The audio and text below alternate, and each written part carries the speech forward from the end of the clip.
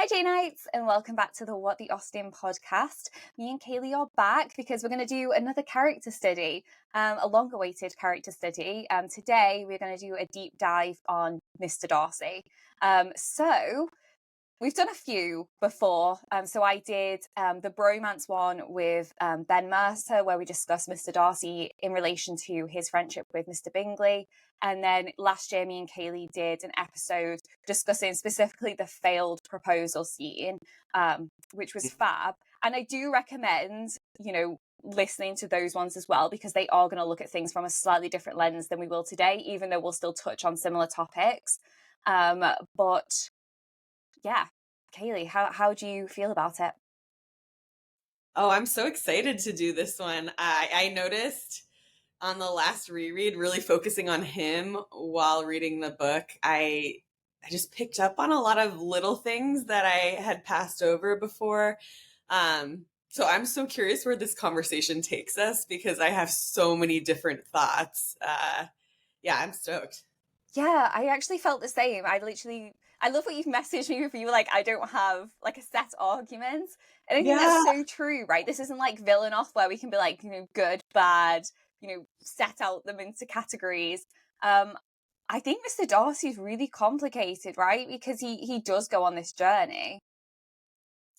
Absolutely. I kept noticing I like to make arguments when I plan for these, and I'd start making an argument and then I go, "Wait, no, but there's a contradiction here. He's also like this."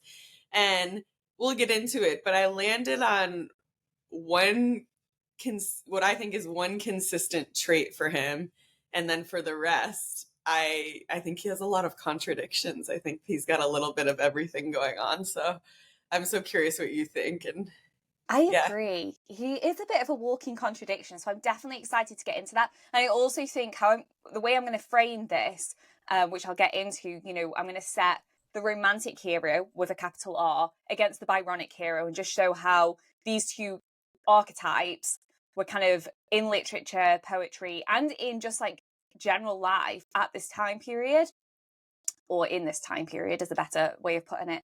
And so, yeah, I feel like this might be a good way to actually understand these contradictions a bit more, because the more I looked at it from this frame, I was a little bit like, I wonder if this is Austen's way of like deconstructing and also constructing what is a reasonably new type of character, like this man who's a little bit more sensual, like it's someone who's not just on the surface, like a romantic character but doesn't have much depth to him, or on the other side, this rake who is just wild and flamboyant. So Oh, I love that framing. Oh, I'm so excited for you to just jog my memory, just redefining Byronic heroes versus romantic heroes. And then, yes, seeing Jane make that transition, that would make a lot of sense for why we're getting this push-pull, why we're getting some of these contradictions with Mr. Darcy.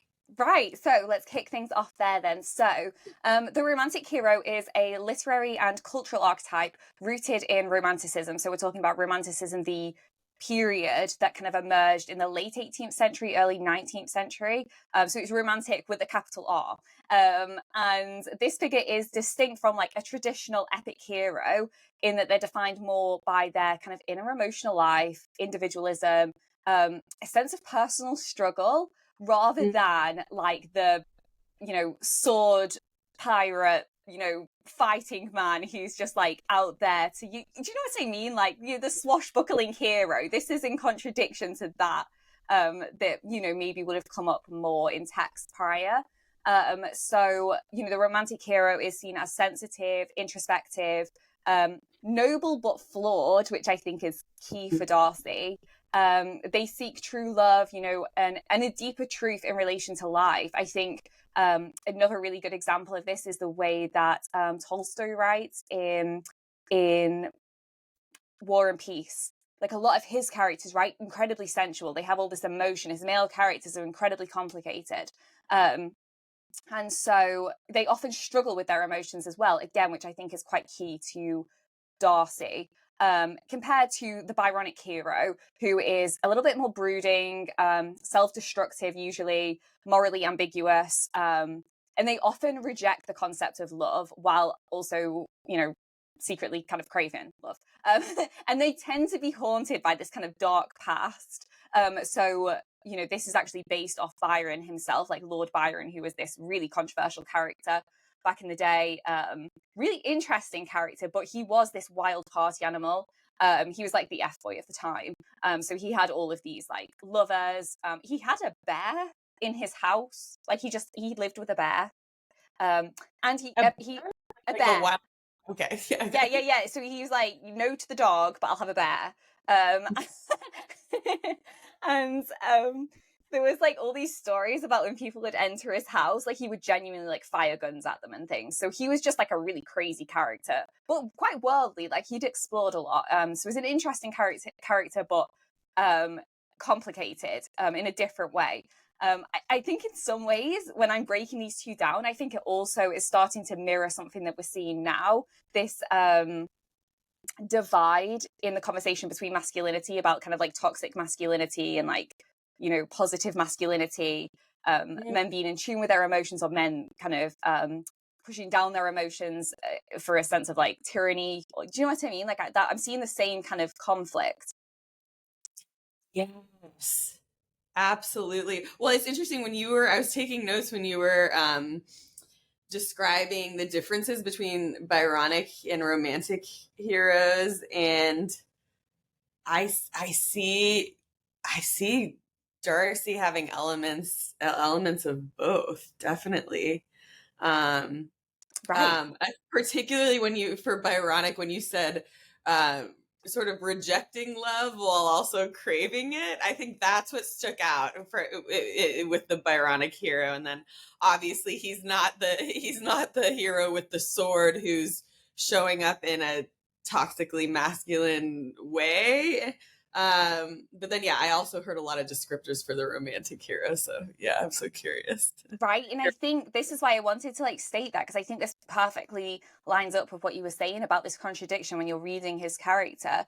Who is he? And I wonder if Darcy's story almost mirrors this transition within literature from focusing on like a Byronic hero and pushing it more into like this romantic hero, someone who's a little bit more sensual, a man who is more sensitive, more in tune with his emotions. And also, I suppose as well, it's not just like they are sensitive and in tune with their emotions, it's that they also have this other side, maybe like a more societally acceptable side at that time point, and then how they transition when they're faced with love. So yeah, I think it's don't know. I was like, this is the only way I can frame it, because I was struggling with my perception on him.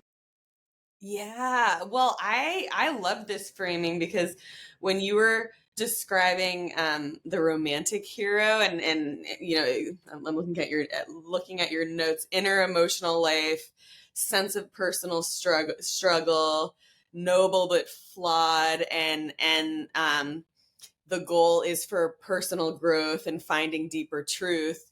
I think Mr. Darcy definitely, that trajectory of his story makes a lot of sense with the romantic hero. I think I didn't think I was going to get into this early, but I think where this really fits is he does have a lot of pride, and he defines pride as, you know, pride. He's talking about the difference between pride and vanity, and he goes, pride relates to our opinion of ourselves, vanity to what we would have others think of us. And I think he truly, you know, as we know, he thinks of himself as well-bred, the gentleman. He's very critical of others when he's first meeting everyone in the countryside, even judges Jane for smiling too much, like hypercritical. But he's a very prideful guy. You can tell he thinks he's a gentleman. He thinks he's a very good person. And so I think part of his growth story, one of the biggest catalysts, is when Lizzie first rejects his proposal. And I have this quote that I truly think is a catalyst in the story. Of course, let's see if I can find this quote. I've got it. 1 second. Oh, so they're fighting back and forth at the end of the first proposal, and then she goes, "You are mistaken, Mr. Darcy, if you suppose that the mode of your declaration affected me in any other way than as it spared the concern which I might have felt in refusing you had you behaved in a more gentlemanlike manner. So I think part of uh, Darcy's growth journey is questioning himself, questioning who he thinks he is versus how he's perceived by others, and having to come to terms with the fact that he doesn't always act like a gentleman, and that he actually said some very offensive things to Lizzie. And I think one of the reasons that they're such a good match is she challenges him to grow, and she sees past all of his privilege, to call him as he is, to call him out when he's not being a gentleman. Ooh, yeah, that really hit me as well. In that I feel a lot of empathy in general for the pressures, especially on men now, but I think when I'm reading Darcy through this lens, maybe even then, of like how they need to show up, who they are. And I think this applied to women as well, but I think because today we're looking at it from the lens of Darcy, it's just becoming like really clear to me. Like, I think even the first line, right? Well, one of the first lines in Pride and Prejudice, like this idea that wealthy men were the property of daughters, like Jane Austen saying it is like a jokey, witty way. And we often perceive like, women being the property of men and how that's been problematic throughout history. But I think there is something in what Jane Austen's saying, that men were often seen as this just kind of like the provider, and that was it. You are seen in terms of your financial acumen, that's it. Absolutely. And when you say that, it's dehumanizing in a way. It's almost like Darcy already has 10,000 a year. He has so much wealth. He has this beautiful home. He doesn't really need to grapple with his own character. He doesn't really, he's not really challenged because he's so well set up. And if the emphasis is, having good social standing, and it's all about how much money you have as a man, then you don't really need to sit there and ponder with your character and think about your own personal growth and how you come across to others. And so, again, I think that's his personal growth story, is recognizing his flaws, and despite how much wealth he has, growing, becoming kinder, becoming softer, treating others better, and being more open-minded to getting to know people's characters regardless of their social status. Like, I find it so interesting that he's very critical of the Bennet family, and particularly the Gardners, and then he ends up, of all the family members, he ends up really having a lot of respect and camaraderie with the Gardners. The Gardners are his favorite people in Lizzie's family.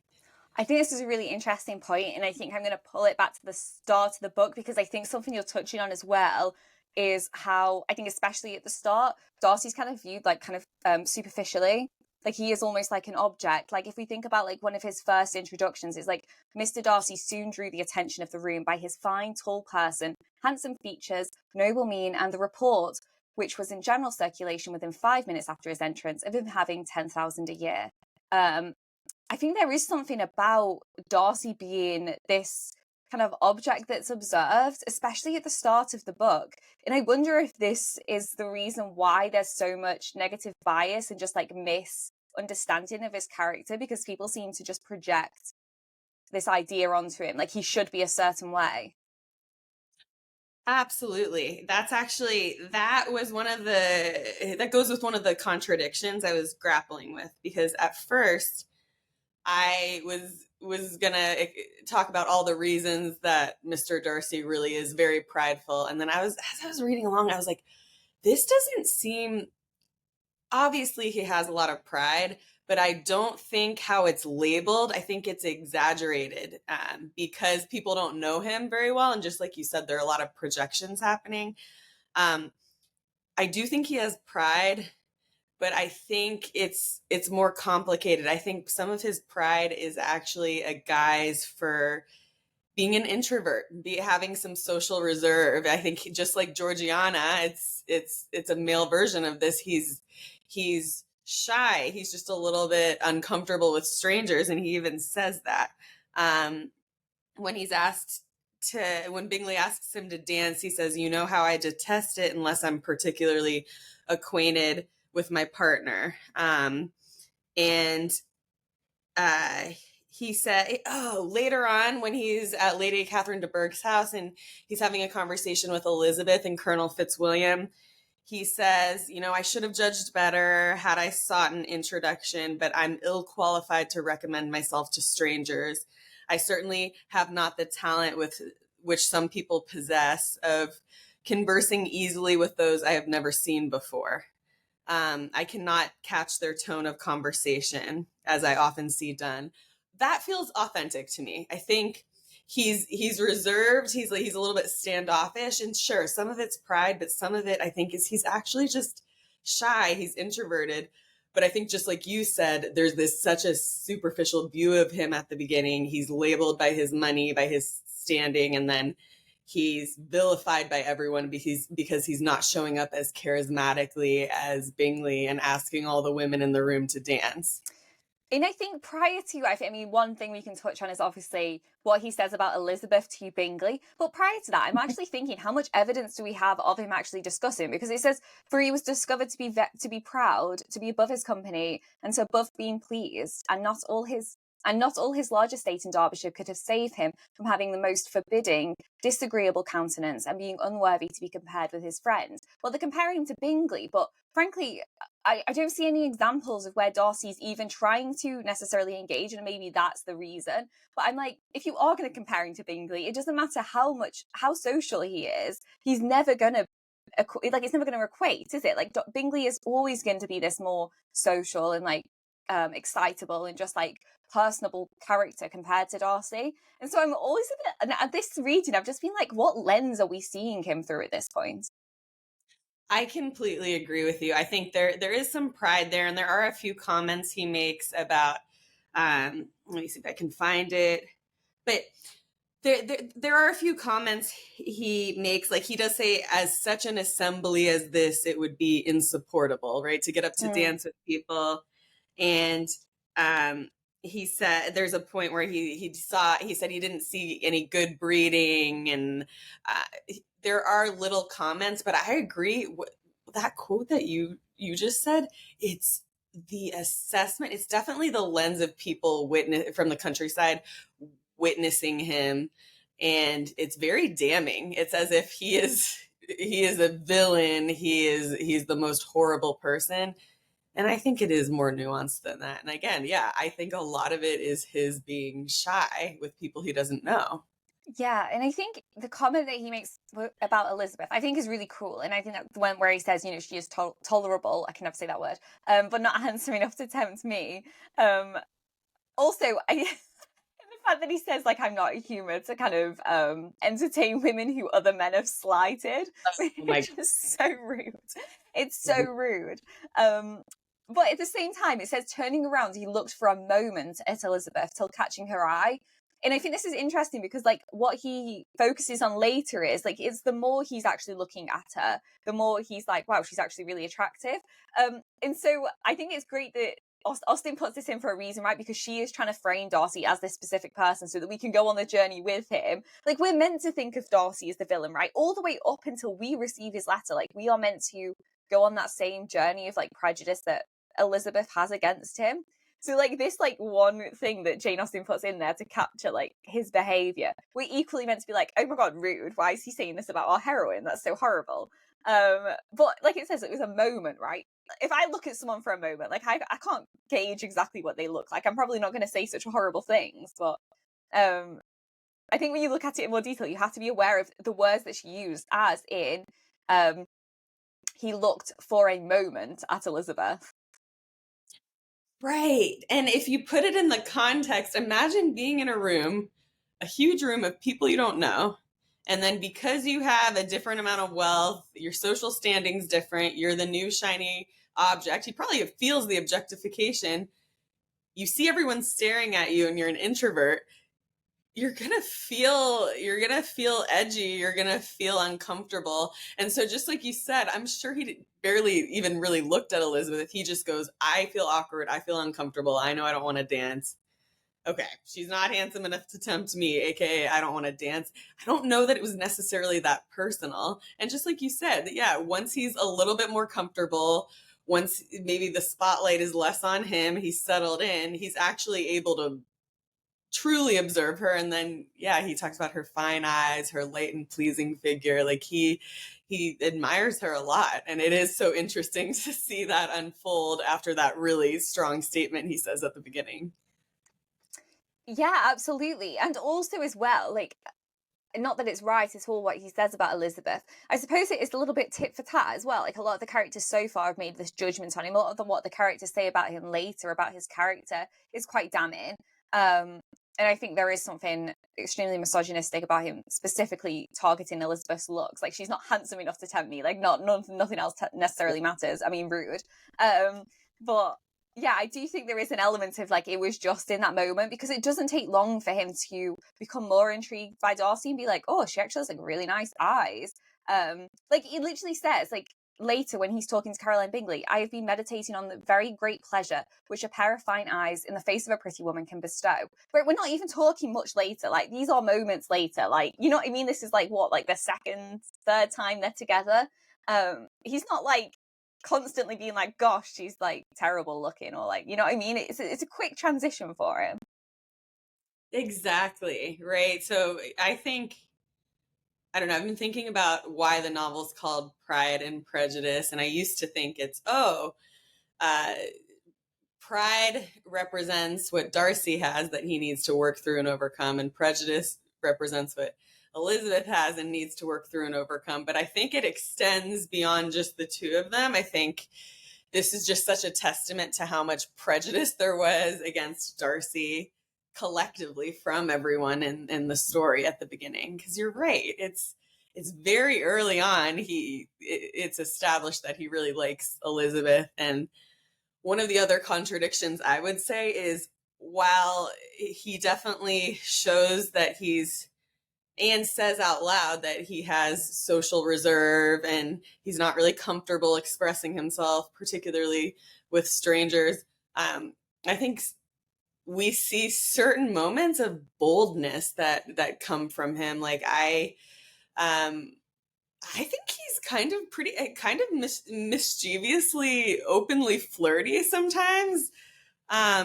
Like, particularly when Lizzie and Caroline are taking a turn about the room. Such a funny part. He goes, "You are conscious that your figures appear to the greatest advantage in walking, and I should be completely in your way. I can admire you much better as I sit by the fire." Sometimes he has these quippy, flirty remarks that are very bold. And I think the reason I even brought this up in the first place is he's also bold in just being pretty honest about his regard for Elizabeth without caring what other people think. I know at times he hides it, but when Caroline comes up, he has no problem saying that the woman's eyes that he's meditating upon are Elizabeth Bennet, and Bennett's, and he doesn't really seem to care when she pokes fun at him about it. He's just like, I think what I think, and I'm putting it out there. So I find him bold. I find him at times, right? Like, of course, sometimes he's so closed off, and we're like, what is he thinking? But I even find him bold when he shows that it's right before he's going to propose to Elizabeth, but that time he shows up and he asks her where she wants to live and how close she wants to be near her family. Like, I think he is quite bold and quite direct sometimes. And in he challenges Elizabeth back too. Like, when she says, your flaw is to have a propensity to hate everyone, something like that. And he goes, well, yours is willfully to misunderstand them. He's very quippy at times. Even though he says he doesn't have social skills, I find him very socially adept and bold sometimes. But he says that, right? He says that he is, once he's better acquainted with people, he is able to be more personable. Like for him, it takes like a level of intimacy with someone to be able to be that way. And we actually see that play out. Like he isn't lying. He's not just like saying that as an excuse, like, oh, like I have to know people better, but then never takes the time to get to know them. Like he does get to know them and then seems to open up in a way that I think is really nice. And I always also think that one of the most reliable narrators, not even that she's a narrator, but like in the grand scheme of things, of the whole book is Jane Bennett, because I feel like the way she observes people is so much more accurate. There's a great bit where they're having a discussion about Darcy and like his treatment of people.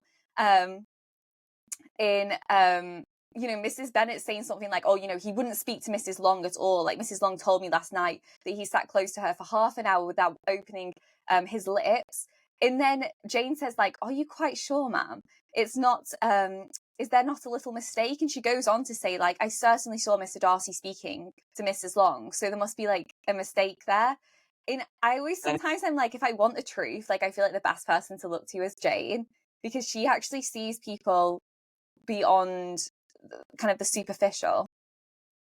Yeah, I think if someone's being vilified and you want to hear from someone who's going to give that person the benefit of the doubt, Jane is the person to go to. You're right. I remember that is a really good part where he's being vilified for not talking to Mrs. Long, and Jane stands up for him and notices what she observed. That is so, so true.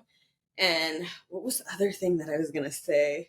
But again, shows this false narrative, right? Like, what's Mrs. Long doing? She's like chats to him and she's like, oh yeah, he didn't speak to me once. Like, right, there's a lot of defensiveness from people in the countryside. It's like, okay, maybe they felt his judgment, but also maybe they were afraid of being judged, so they were kind of projecting things. But I think you're right with Jane too. Jane is really good when people are vilifying Mr. Darcy and idealizing Wickham. Jane maintains there's something about this story that we don't know, and I think let's not be hasty to vilify one person. I think that she is very measured. Yeah, and I love that. And I think as well, that leans into kind of that conversation that I had with Ben last year about the friendship between Darcy and Bingley.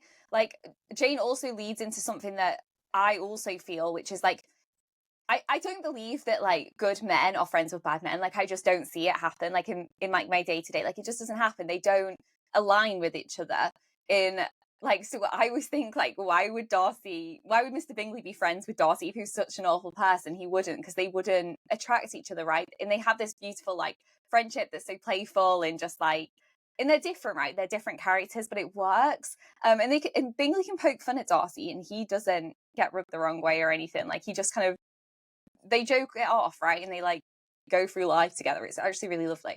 And so I also think that Bingley's quite a good gauge for who's good and who's not. Like I think Jane and Bingley, like they are such a perfect match because they are drawn to, as you say, the good in people, but it's also the truth in people, right? It's not even just like, I mean, I know she tries to find the best in Wickham, but she also comes to the conclusion that she's like, oh, well, maybe there isn't. Like that's, especially when the Lydia situation happens.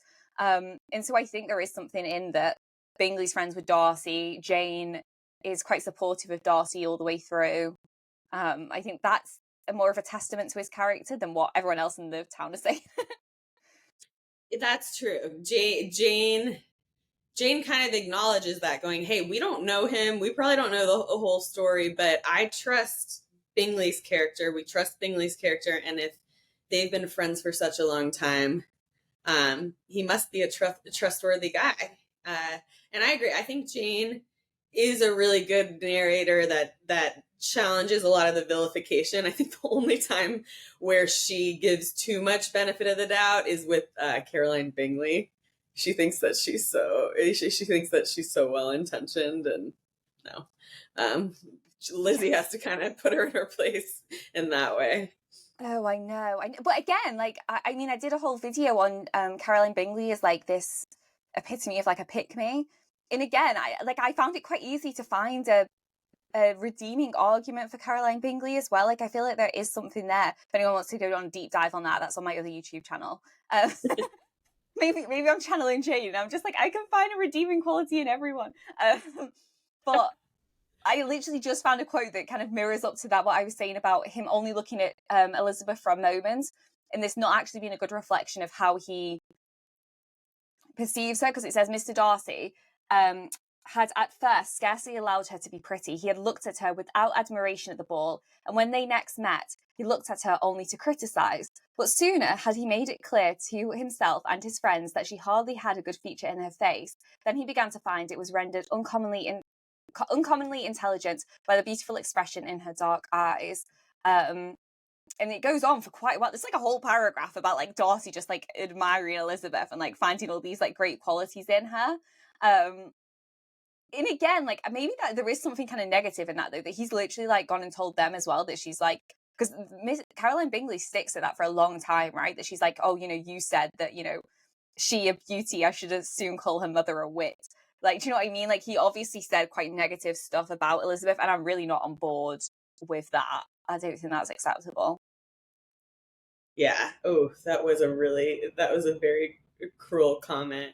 Yeah, I mean, I think he does have a lot to come back for, but it's interesting. I guess one of the other contradictions is sometimes he cold shoulders Elizabeth or is quieter because he's worried about it showing too much that he likes her. Like he talks about how he would have been in danger if she had more money and had different societal status. So sometimes he's very aloof with Elizabeth, but then also other times early on he makes a huge effort to go up to her, ask her to dance, to speak with her, converse with her. He tries to join her a lot. He tries to point out their similarities. Like he goes, we neither of us recommend ourselves to strangers. Or even when they're talking about what an accomplished woman is, Lizzie has a book out and he goes, she improved, I don't have the quote in front of me, but she must still improve her mind by extensive reading. Right? Like he's trying to kind of compliment her and join her, and she's having none of it because of that original slate. This is such a good point, right? One of the scenes that made me cringe so much is how rude she is to him at the ball. So this is after Wickham's spun her a whole story. And Mr. Darcy's like trying to make conversation with her. He's like, oh, shall we talk about books? And Elizabeth's like, no, like this isn't the time or place. Like, and also we wouldn't be interested in the same books anyway. So let me carry on talking about Wickham and getting to the bottom of that. I don't know, this time reading it, I really felt for him in that moment. I was a little bit like, oh, that's just like so horrible. Like, because for him as well, he doesn't know that she knows all this stuff from Wickham and from his perception as well. The Wickham story is entirely different anyway. So he couldn't even have fathomed in his mind that Wickham would have this elaborate tale about him being the villain that he's then relayed to Elizabeth, who he's then fallen in love with. Like, it's, do you know what I mean? That's not something he would like, would have been able to figure out in his own mind. So the way that she is in this moment, I think, is so blinded by this kind of hatred that she has towards him.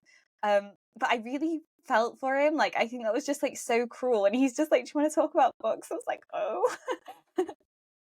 I felt the same way. I was almost rolling I love Elizabeth, don't get me wrong. I love her in so many ways. I think she's an incredible character, but I was rolling my eyes. I found her so obnoxious in the scene where they're dancing, and I also felt for him. And well, we'll get into this later when we talk about Lizzie, but I actually find Lizzie to be the more prideful one in certain moments. I think her pride is having her willfully blind to things. Because I actually think, other than with Darcy, she's an excellent judge of character. But she's impossible with him in this scene. She's so rude to him. And yeah, she does not, she even says to Charlotte at one point, like, I'm determined to dislike him. Yeah, and later she says, it's like, I've been blind this whole time. It is this like prejudice that blinds her against Darcy, and she can't actually see him through any other lens until the veil's totally lifted from his letter, and she's, everything, that all the foundations she's built are completely shattered. And so yeah, I do feel for him a lot. Even everything that's gone, there's something so flexible about Darcy's pride, I think. Like, yes, he has it, but he's also able to recognize when he's been wrong and kind of change his actions. Like, he just seems, in general, I think emotionally more flexible than Elizabeth is. Yeah, he is willing to. I mean, Lizzie self-reflects at the end, right? She goes, I've been blind, you see. But Darcy self-reflects earlier on. I really, again, think the catalyst is that first proposal where he's rejected. He does, and you're right, he's flexible in that he bounces back from her comments too. She insults him a lot. She she challenges him a lot in kind of pretty rude way, but he'll bounce back, and he's determined to think of her in a positive light, actually, as the novel goes on, even when she's being pretty rude to him. Yeah, and Elizabeth tries to say at the end of the book, like after that he's proposed again and everything, that's because like it was a novelty to him, like that somebody is going to have this witty banter back, that they're not just appeasing him. But I don't think Darcy actually agrees with her entirely. Like, I think he's literally just like, I think that is more of his personality, because he does the same with Bingley as well. Like, we can't forget that he has witty banter with Bingley, like they're back and forth. Like, Bingley says to him, like, oh, it's just because you're tall that people take you seriously. And and he comes back at Bingley and he's like, well, you like write really abrasively, like it doesn't really make much sense. Like, do you know what I mean? They have this back and forth of like when they get to know each other better. And I actually think that's why, because he loves Bingley, right? He loves and respects Bingley. And I think that's equally what he finds in Elizabeth, is it's actually someone that he can converse with in a normal way. Like, if we think in comparison to the way that Caroline Bingley is with him, I mean, again, like I spoke about this in that Pick Me episode, it would be unbearable, right? This is someone who's constantly appeasing you, constantly agreeing with you, always trying to pick out comments that are like related to you and your like wealth and your family and things. Like, really weird. That's not like an equal conversation. Like, she makes herself like a fan in a way. And Yes. that is not, if someone like Darcy, who's incredibly intellectual, which it does say in the text, that has got to be boring as hell to chat to somebody like that. That's such a good point. I think you're right. I think Caroline Bingley is the most extreme version of this that we see firsthand in the novel. But I would imagine, with his wealth, social standing, and the fact that he's handsome, he must constantly have people kissing his butt, right? Be constantly flattering him. He's never challenged. It almost puts people in more of this subservient role, like, oh, you're the king that I worship. And even Lady Catherine de Bourgh, you know, who, Mr. Collins and others, they sort of worship her. Nobody challenges her. She also is she flatters her nephew, and he can do no wrong, and except marrying Elizabeth. And so I think you're right. I think it's refreshing for Mr. Darcy, even though Elizabeth's rude to him at times, it's refreshing to have a normal conversation, like you said, and be challenged, and get his intellectual needs met. I get it. I totally feel that myself. And I think this ties into something that I just want to pick up on, that ties into some of these like archetypal traits of like the romantic hero, romantic with a capital R again, even though he's romantic with a lowercase r as well. But even the debate that he has, which again, I think this is one of his worst moments, the accomplished lady debate that he has with Caroline, because like I'd argue this is like a form of like humbling, trying to humble Elizabeth and being like, we know all these people, like I only know like 6 accomplished ladies, and in general like trying to humble women in relation to how they've been bred anyway. Like they are told to have all these accomplishments to be attractive to men, and then for Darcy to slate on it and being like, oh, I only know like 6 people who've got like enough accomplishments, the whole thing's bizarre and incredibly annoying. However, I also think the way that he reflects on that, like when he says about like the extensive reading, and then you can tell as well in his conversation, he starts to realize how ludicrous it is what he's saying as well, and what Caroline Bingley's saying about these standards, which would be unrealistic for any woman to hold, like especially when Elizabeth says, you know, I'm no longer like amazed that you knowing only 6 accomplished women. I'm surprised at you knowing any, because who is this unicorn woman? Like no one's ever met her. Right. And I feel like that for him like clicks a little bit, and I think it shows one of these kind of the journey that this type of hero goes on, in which he has to start breaking down these like societal norms that he's been led to believe. And I think sometimes he talks from a place of habit. And I think the accomplished lady debate, the way that there's like a few times I think like when he talks about Elizabeth and Jane, he's like, the point is that neither of them will marry well. I think sometimes it comes from a place of like societal notions that have been rooted in him. And I think he mentions that at the end as well, where he's like, I was raised to be proud. Like when I was little, like that was what was kind of ingrained in me, as opposed to, I think part of his growth throughout the book is that he actually starts to become more human. Like he starts to break down those barriers a little bit. Definitely. I think that I love what you just said, particularly about the part where they're talking about an accomplished woman, because yeah, I think this was one of the reasons I was having such a hard time explaining him when I was doing prep. Is you're right. He goes, oh, I've only seen 6 accomplished women, and he is engaging in that conversation with Caroline Bingley and agreeing with her, but then at the end compliments Lizzie and makes the extensive reading comment. So like, I think he does have some self-reflection, but you're right. He kind of has this upchuck reflex to speak about things in a certain way. And it's what you said about his upbringing, where he was taught to be proud. He was taught that there's a certain way to do things and so you see this, these warring parts within him. I think that a great enactment of this and a great example of this is when he takes Bingley away from Jane and is like, you can't marry into this family. This woman, you know, is just trying to gold dig. She doesn't really care about you, right? And he says, he describes the Bennet family as not being worthy.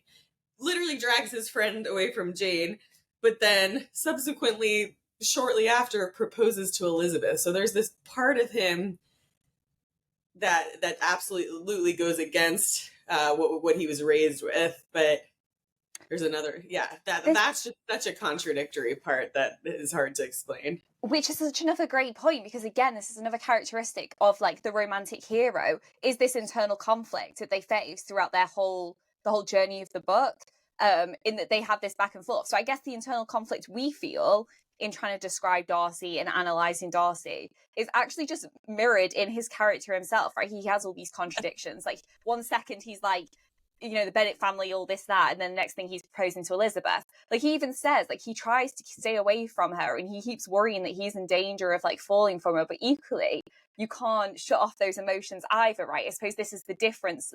It's almost like his one side of him, it is this more Byronic character, right, who is a little bit more aloof and just like uncaring and makes these unkind comments, but then the other part of him is more this romantic character who is going on this emotional journey, who has got this inner conflict inside him.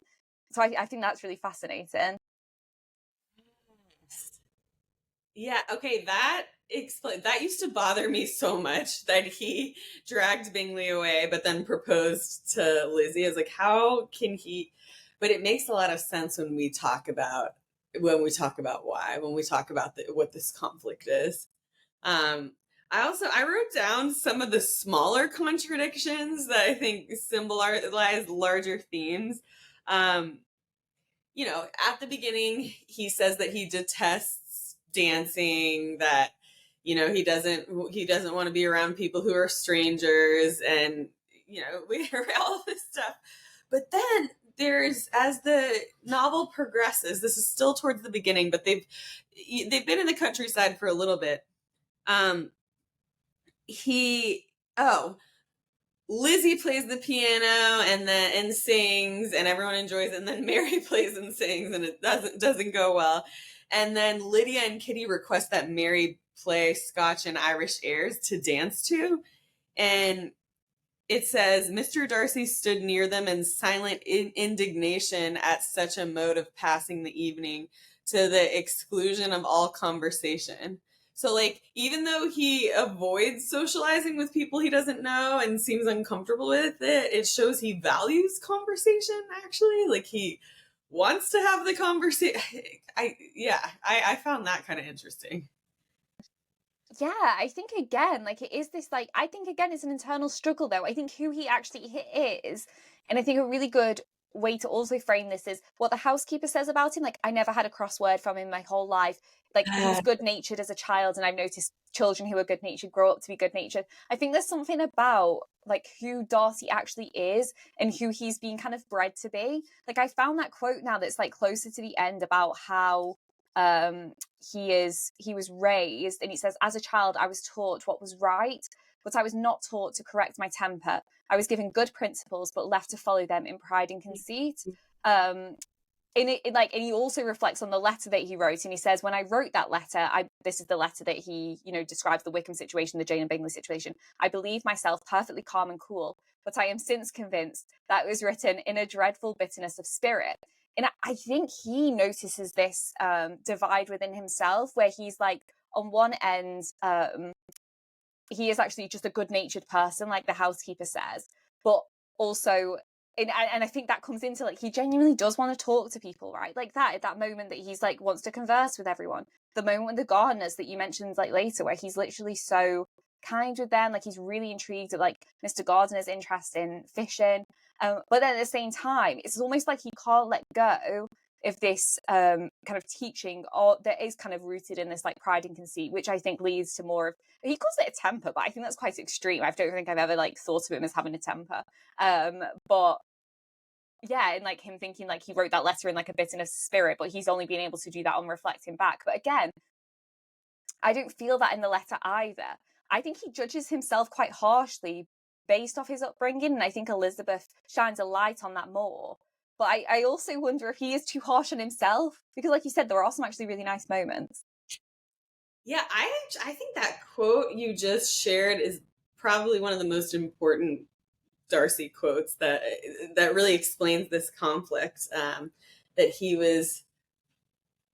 Can you read it again? When you say pride and conceit, and yeah, The one where it says, as a child I was taught.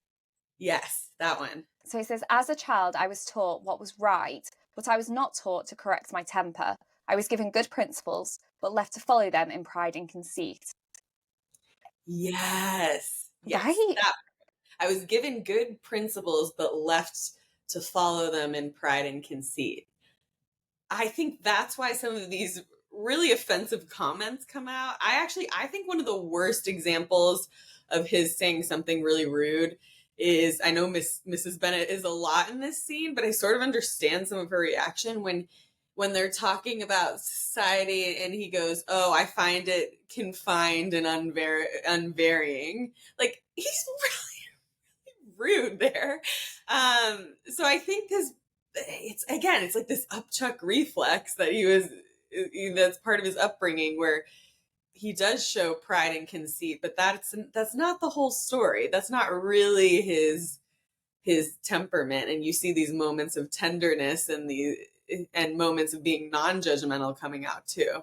No, I found this quote that I want to just bring in, because I think this is really good, and this is Elizabeth reflecting on Darcy's behaviour. I think she has a few moments throughout where she kind of does this, but I think this is a really amazing one. Oh, the housekeeper says, and this has always been the way with him in terms of like how he's always like cared for people, looked after the poor, etc.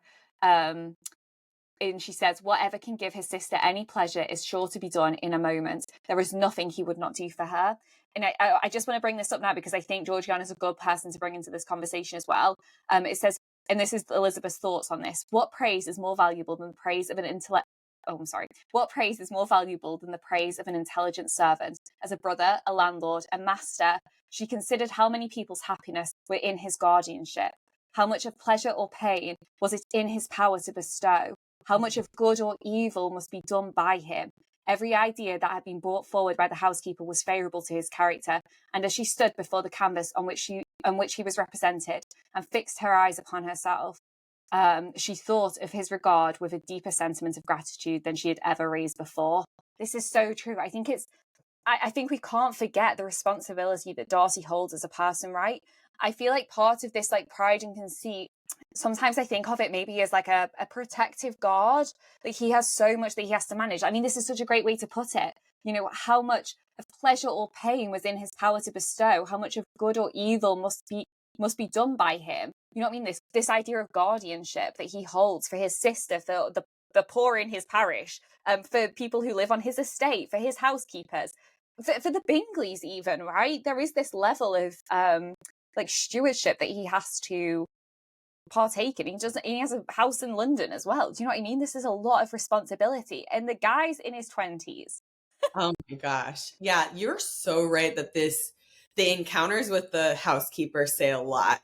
Um, he not only, people can have different traits, sure. He's not only has the opportunity to be prideful, but he has a lot of tangible power over others. He could really make people feel inferior, feel subservient, feel unhappy. He has the power to exert a lot of control in a negative way, and he doesn't. And this housekeeper has no idea that he proposed to Elizabeth, and Elizabeth hates him, and like she is just so openly effusive, and it's so authentic how much respect she has for Darcy.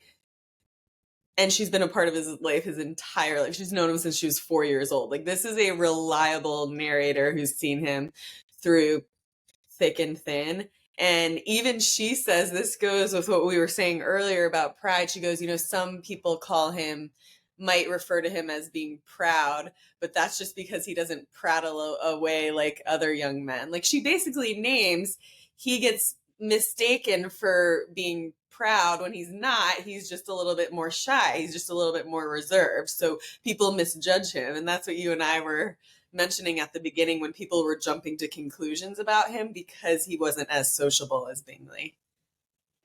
Yeah, I love that. And also, like, sometimes I think, maybe I know the whole emphasis in the book is that it is this pride, but sometimes I think maybe it's just a reflection of pressure that he would feel as well, like to bear all this responsibility, and he also takes on more responsibility as well. I think this shows that he has so much on his plate, the fact that he also, the Bingley situation, right, like he doesn't have enough on his plate. He's also like, oh my god, I need to safeguard my friends. Like, I think he sees himself as this guardian, this person that's looking out for everyone. And if he doesn't have this kind of sense of control over things that are happening, things can spiral like they did with Georgiana and Wickham, right? Like, he was like, oh my god, like that's terrible. And also in terms of like another example of this, where he's still a guardian of someone who's totally undeserving of Wickham, he literally goes behind it. Like, as Wickham leaves the location, he pays off his debts. When Wickham leaves Meryton, Darcy pays those debts off. Like, he owes nothing to Wickham. Like, the fact that he's still paying off Wickham's debts, even literally when he just leaves, it just shows like the kind of person that he is, and that he genuinely, like, he has this sense of being this protector, this carer for people around him. Yes. Okay. I kind of got chills because remember at the beginning, I was like, all right, there are a lot of contradictions with him, but there's one trait that he very consistently shows throughout the novel, and it goes perfectly with what you're saying. Darcy's loyalty. Darcy is incredibly loyal throughout, right? Like, we can say, regarding pride, sometimes he shows he's prideful, sometimes it's really something else, it's not pride. We've talked about a lot of these contradictions, but I don't think you can argue with the fact that Darcy's deeply loyal. He's extremely loyal to Bingley. I think the biggest example of his loyalty is to his sister. Again, you mentioned he's a protector, a caretaker to her. He is so protective of her when Wickham slates her, he wants to jump in, and he sends her the pianoforte. He has such a beautiful relationship with his sister. And what else? I put so much about this. Yeah, I mean, also his loyalty to Elizabeth. Once he decides that he does admire her, he does like her, even when she's really rude to him, you see in his internal world, he sees the good in her still. And I think Elizabeth names this, that, if you're rejected in that manner, that's a lot to come back from. And despite the fact that she rejects him, scorns him, he remains loyal to her and makes a big attempt to get to know the Gardners. I think one of the most heartwarming moments is when he's asking Mr. Gardner to go fishing, and he's really trying to impress them. And then he wants Lizzie to meet his sister. He wants them to connect. He stays loyal to Lizzie. Once his eyes are on her, he wants her, and he comes back and redeems himself. And in that second proposal, he says, "My affections and wishes are unchanged." He's very steadfast in that way. And I got chills when you were talking about Wickham too, because the other note I made was he's even loyal to Wickham as a way of honoring his father. His father loved Wickham and loved Wickham's father. And so even though Mr. Darcy didn't have to give him the living, Mr. Darcy did not have to initially pay off his debts, he still does that. And then he does it again to help the Bennet family when Wickham runs off with Lydia. And then at the end of the novel, it says too, there are other times where Lydia and Wickham run out of money and Mr. Darcy has to bail them out. So yeah, he's just an extremely loyalty was the word that I kept coming back to. Yeah, I think that's so true. That's so amazing. Like, and I think you covered basically all of the things that like I would even bring up in relation to into that. I think it is sad because sometimes his loyalty is misguided, right? Like he puts faith in people like Mrs. Young, who turns out to betray him, even when it's misguided. And I think, again, this falls into this responsibility Darcy feels for other people. Like, even when he's telling the gardeners, like, why he needs to bear the whole financial burden for Wickham, it's because he's like, his character's my fault, which I don't... Like, again, like, I think he's so harsh on himself. Like, no, it's not Sulligur fault. Like, Wickham's a bad guy. Like, he's just a bad guy. And sometimes it just happens.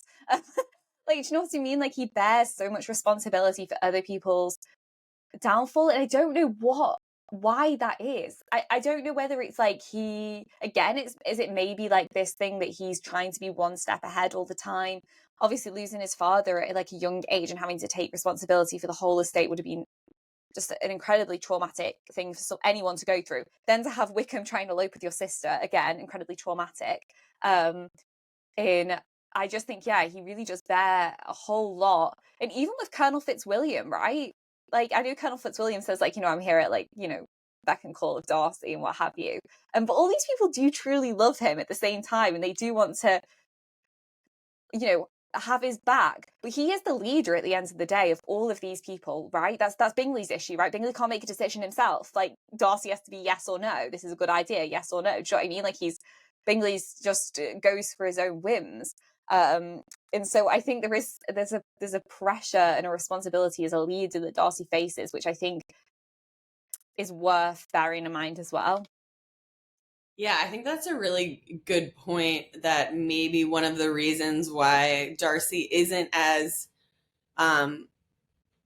effusive and openly personable is that he's an internalizer and there's a lot going on in his internal world. And I think you're right. He feels a ton with his dad dying at a young age and having to run this estate. He has a ton of responsibility on him practically, but then also I think he puts a lot of responsibility on himself. I actually think he takes too much responsibility for Bingley, right? Like Bingley can figure it out, Darcy, right? Bingley knows what he wants. He needs to step into his own a little bit. I think Darcy could have stepped back there a little bit, but you're right. He is hard. He's hard on himself. He has this stoicism. He's really hard on himself when he's talking to the gardener saying, Wickham doing this is my fault because I didn't expose him earlier and this is all on me. He really does take a lot upon himself, and I'm sure that is draining. And yeah, you're not going to walk around being super cheerful when you're being that hard on yourself. I think that's why he seeks intellectual companionship, though, because who is your equal in terms of status? Like, if you're Darcy, like, who is your equal? You know, there's another really good point about, like, a core characteristic of a romantic hero is this, you know, feeling a sense of isolation or alienation. And it's like you feel disconnected from others due to a unique worldview, emotional intensity, or personal pain. But I think for Darcy, this is essentially true in terms of his status, like his position in life, right? It isolates him from most people. And so again, sometimes I'm like, is it pride, or is it just like, I mean, it is pride because he has this like different worldview. But I think there's also something quite lonely in it. And again, that's why it makes me feel so bad when Elizabeth's so mean to him, because I just I'm just like, oh, you know, like, this guy is quite isolated. Like, who can he converse with in a normal way? Who can he share his like burdens with, right? Even with the Wickham thing, like, he can't even share that burden with Mr. Gardiner. Like, he's like, I must bear it all. And maybe that is a flaw, like that's a downfall of his character as well, that he feels this need to bear the brunt of everything, feels like he can't, as someone who's so loyal to others, it seems like he can't trust the loyalty of others. I think that's a good point, that it's like who's on his, maybe, or the reason for that is who's meeting his status level, or is he really the highest? Like, I'm trying to think, is I there suppose anyone? in what we see, you know what I mean? Yeah, Like, in terms of exactly. in the novel, in the ecosystem of the novel. Yeah, I guess Anne de Burgh really would be, who's his cousin, would really be the only person.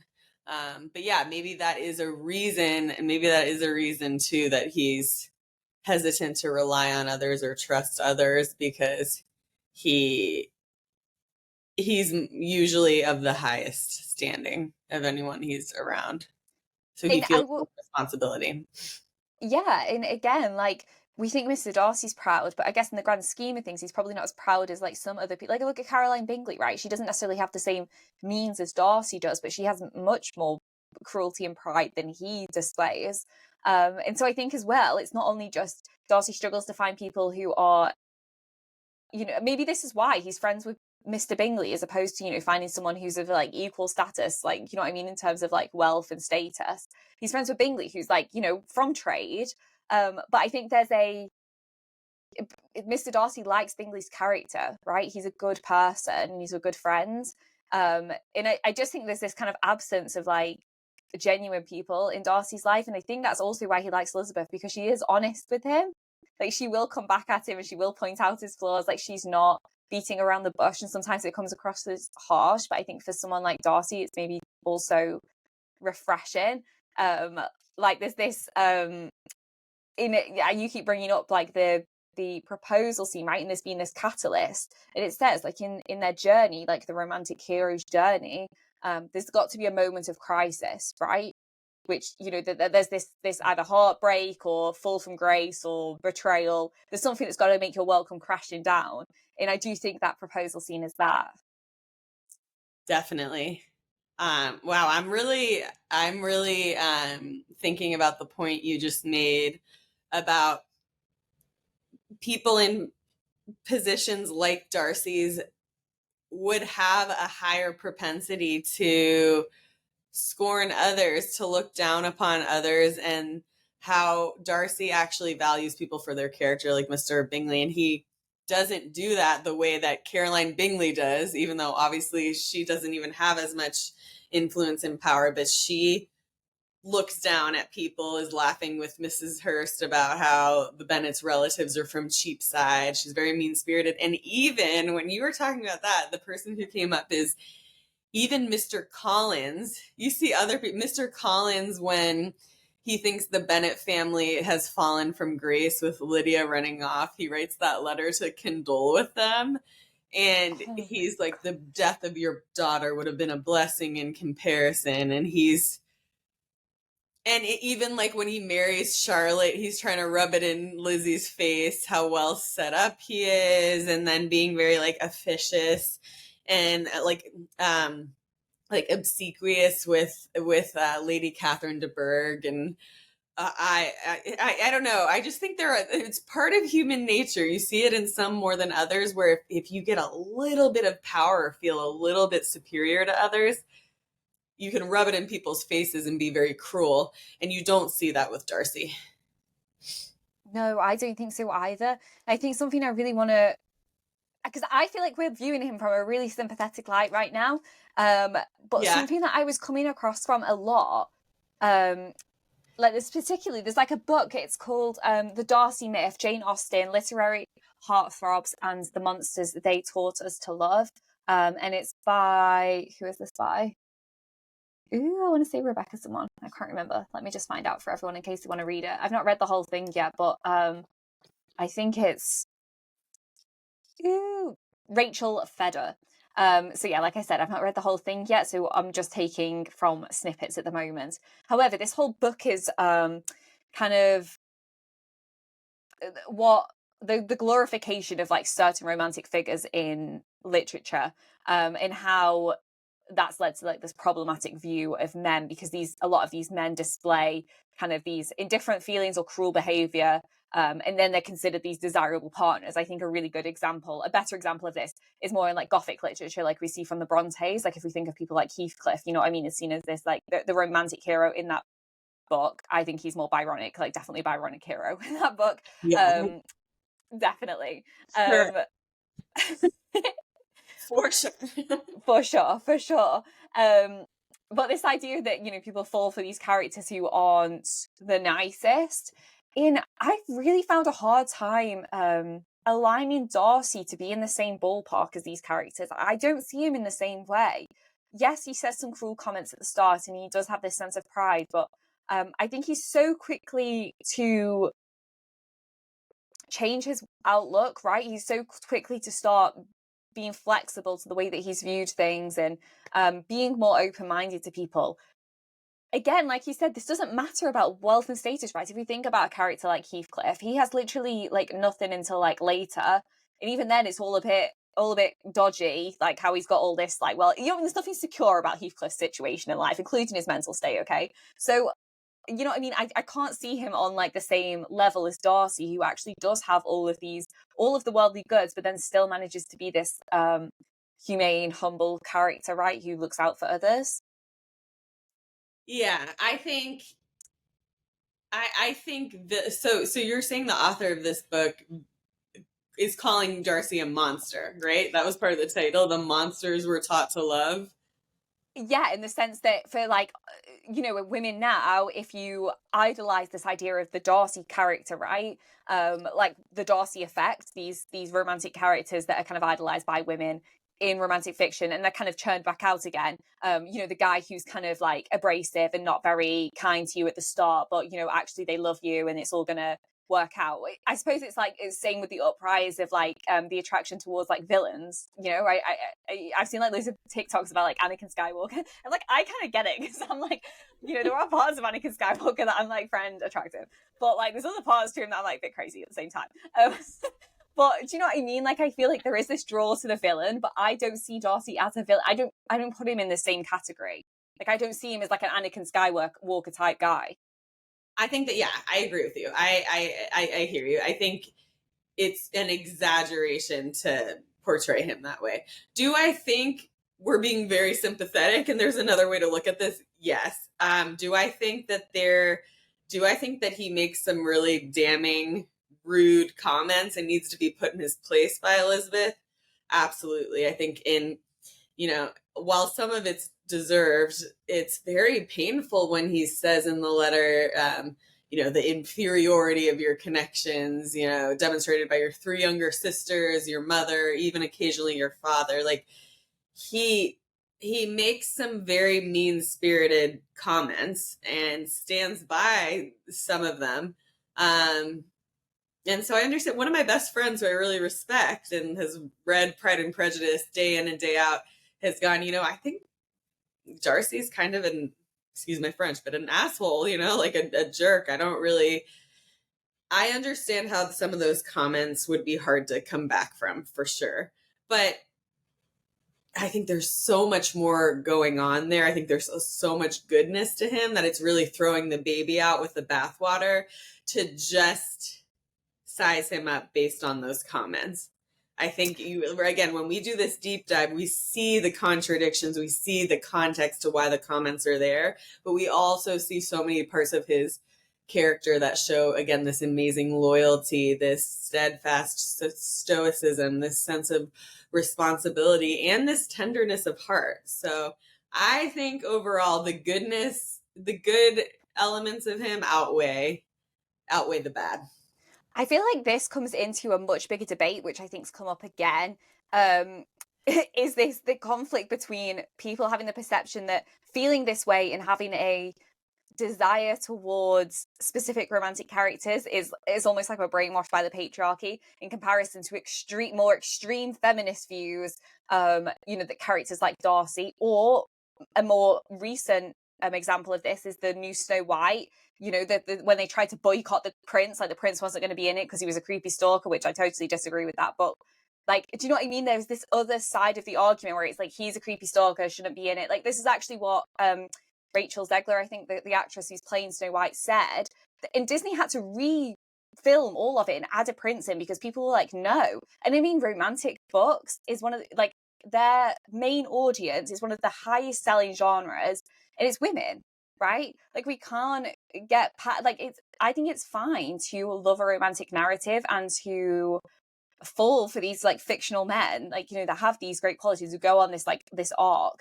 And I don't see it as problematic in the grand scheme of things, but I also do get the other side of the argument that it's like, if you glorify these all aspects of their personality, do you then slip into the dangers of meeting men like that and not realizing the red flags? Like, for instance, you know what I mean, if you if you were out somewhere and a guy's like, sees you from the corner of the room and he's like, oh, like, she's mid, she's average, ew, do you know what I mean, like, says like a cruel, mean comment, that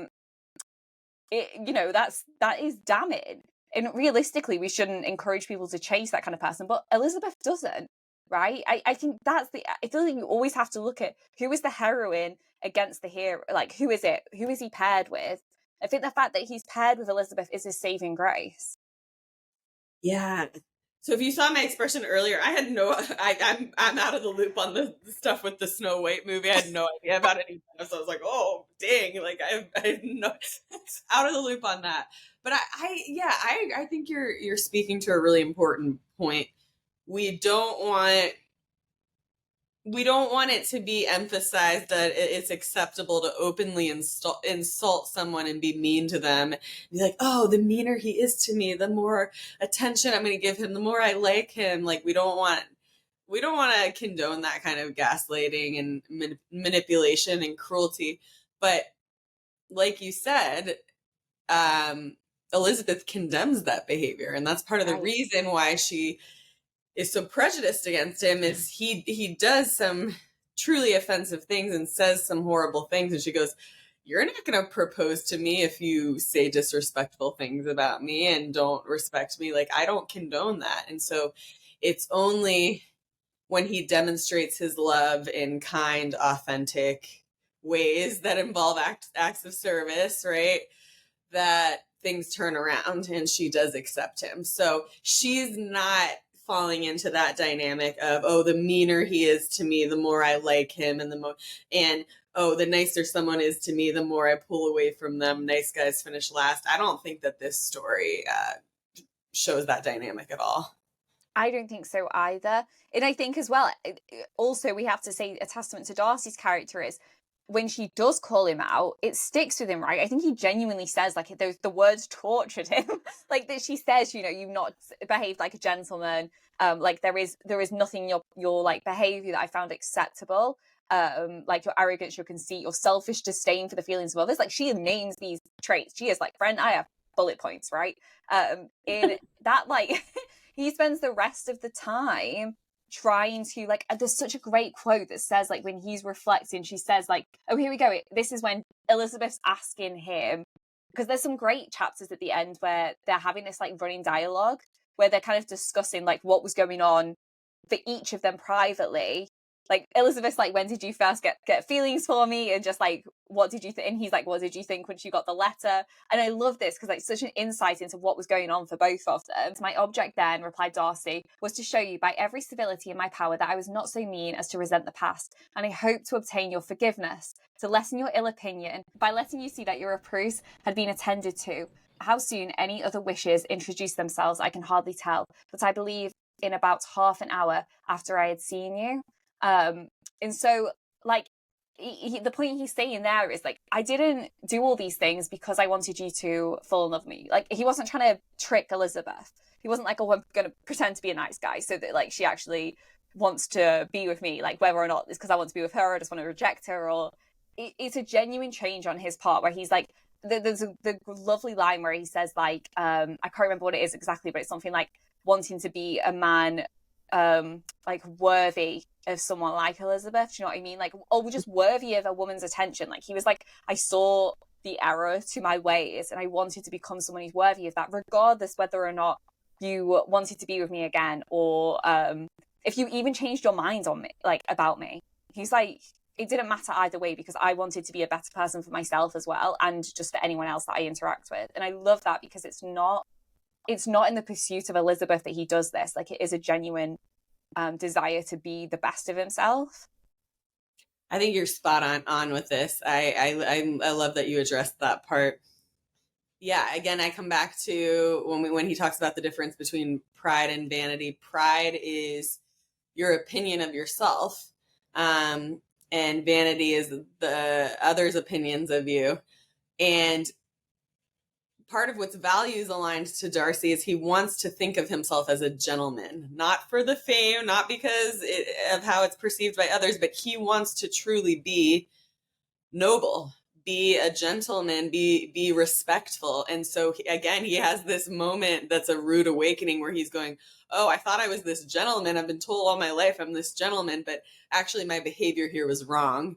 And that beautiful quotation that you just said about his reproofs and everything, he wanted to show Elizabeth that he's reflected and that he wants to be worthy and deserving of her and that he wants to change. And so, yeah, he falls into the role of actually becoming more of the gentleman through that self-reflection and redemption process.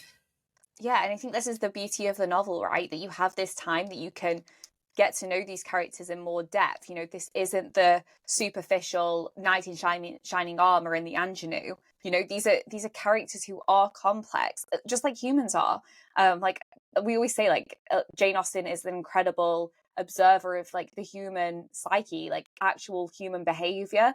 And that doesn't stop at Darcy, right? Like there has to be some complexity to his character to make him feel realistic, as well as Elizabeth's, right? Neither of them are without flaws, but both of them are willing to go on the journey with their flaws to kind of have this kind of redemption arc, right, at the end. And so I just think that's natural, right? I mean, God, who's going through life without having some flaws, without occasionally saying something, mean about somebody that you regret later on, or having prejudices, right, about certain things, and then learning later you're just like, oh my gosh, that was so misguided. Why did I have these prejudices or biases towards certain things? And it seems ridiculous when you go on this journey. You're like, what on earth? But I think that is the beauty of this, that the Darcy is complicated, but he's very human. I think that's wonderful for men as well, that Austen's written a male character who isn't superficial, isn't black and white, and also isn't just like a dandy. Just like, she writes complicated men, like Mr. Wickham, right? Darcy easily could have been like a Wickham type character. We see that with Willoughby, right? Mm-hmm. This just like this awful character who just doesn't treat women well and is just an absolute crazed person. I think there's something wonderful about Darcy being this opposition to Wickham. He's not without flaws, but he's shows that there can be this depth to character, this desire for deeper love. Yes, and when you bring that up with Willoughby and Wickham, they actually share certain qualities, at least on the surface, to Bingley, and Bingley is so praised by everyone, right? Like Willoughby and Wickham are extroverted, they're very charismatic, they can smile and tell a story and be really engaging. And sure, while that's a great part of that can be a great part of being a gentleman, it's definitely not everything. And you're right that it's nice to have a hero with a different disposition. And again, Darcy is a gentleman. He has so many redeeming qualities. You're just not seeing them from the outset on a surface level because he's more of an internalizer than an externalizer. Right. Which is why my argument, like, I feel like he is this construction of the romantic hero, like a romantic hero set for the romantic era. Okay, like, yeah. I just think he really does embody it. I love that his outward persona does have like that more Byronic feel to it, but then I feel like when you get to know him, like, he does have this romantic nature. And again, I do think that's the beauty of the novel, that you can dive into his character more. Like, Jane Austen's been able to have this whole journey that he goes on, which I don't think you necessarily always get. And so, yeah, I mean, I don't know, have we managed to find an argument in what we thought would be no arguments? Yeah, I think we were really on the same page here. It all came together again. Yeah, I think Izzy said this earlier. I texted Izzy right before this and I was like, I've been rereading, I've been gathering so many quotes and thoughts about Mr. Darcy, and I was like, but I don't know what my argument is. And I think you felt the same way. And I think there's a reason for it. It's because his internal conflict is that he has these contradictions that we see that he has to work through.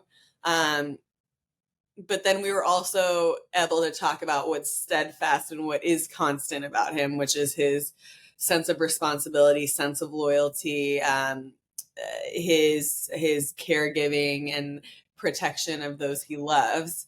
And so I feel like we covered what we wanted to. I think we're in a good place with him. And it does, I know it's fun sometimes when our opinions differ, but I think we're really on the same page with him. I think so as well. And I think there's actually something really interesting about both Darcy and Elizabeth in that they kind of mirror each other. I think I'm going to have the same struggle when we come to do the Elizabeth character study as well, with these this conflict that I feel. And you know how I know this as well? This is so funny. When I went to Jane Austen's house, I had to write, there was like this, I didn't have to, but there's like this thing where it says like, what character do you relate to the most? And honestly, I can't tell you. I actually had to like scrunch up one because I was like, I don't really know, because I really struggle with this. Like, the closest I've ever got is when my younger brother said to me, you're kind of like a mashup of Emma Woodhouse and Jane Bennet. And I was like, that's probably like the kind of the closest that I could probably get to myself. But then someone put a comment on and they said, oh, I'm really surprised that I put Jane Bennet down, and just because you could just put one. And they were like, I saw you more as an Elizabeth Bennet. And I was like, oh, that's so funny. I'd literally never considered myself like an Elizabeth type. And I felt it like a pang. I was like, oh, I actually feel kind of offended by that. Why do I feel offended? That's so interesting. Yeah, and I was like, oh, that's hit something. I wonder why I feel so, like, I feel a sense of rejection to that notion. Then when I was reading it this time from the lens of Darcy, I was like, actually, like, I do see similarities in the character, but it must be parts of my character that I maybe take issue with. I don't know. So I'm really interested to do this like Elizabeth deep dive, because I think I've always seen her from maybe a more negative lens. And I think I felt this in this reading as well, where I was seeing Darcy in a more positive light in terms of, that ball scene where he says like, let's talk about books, and she's kind of mean to him, and I was like, oh, she is incredibly harsh and judgmental to him. And I just think it's going to be really interesting. I think she's also, for me, like this contradictory character that I do struggle with at times. Yeah, I don't know. So fun fact is, Izzy and I are both we're going to be delving into Darcy and Lizzie. And I got so fixated on Lizzie that I prepped the Lizzie one before the Darcy one. So I'm with you there. I think Lizzie has more qualities that I can immediately label her with. Like I find her to be more steadfast, but she's also someone who has some contradictions. So I think we're gonna, it'll be another really interesting, fun one to work through. But that's so interesting. You got labeled as Lizzie Bennet. Well, now that you said you're offended by it, I don't want to agree. But I'm not now. Like, I worked through that. I was like, yeah, no, I can see that. I think you have a sense. Elizabeth's quick, and she picks up on what's happening in the room. She's a good judge of character. Like she, like with the Bingley sisters, she sizes people up, and she's very discerning. So I think you have that. But anyway, well, I know we'll get into that in our Lizzie episode. But no, I think so. Like, I literally feel okay with it now. Because I was reading it, I was like, actually, yeah, I can see a lot of like my personality in it. It's so funny. I think with all of Jane Austen's novels, I never see myself exactly in any of the heroines, and I never see like the ideal man in any of the heroes either. Do you know what I mean? Or like for me personally, do you know what I mean? I mean, ideal is a bit extreme, but do you know what I mean? Like, I never see anyone that I'm like, oh yeah, I could absolutely date that person. You know, so there is, yeah. When people say to me like, oh, I'm absolutely like this person, I'm like, I just don't have that feeling, which is so strange because I like live and breathe these texts. But yeah, I've never had that draw to anyone in particular. So I think I'm just really excited to do the Lizzie Benny one. I think it's going to be super fascinating. But that is everything from us today. We have loads of episodes out, me and Caily do. And we have the festival vlog if you want to see us just like normal shenanigans.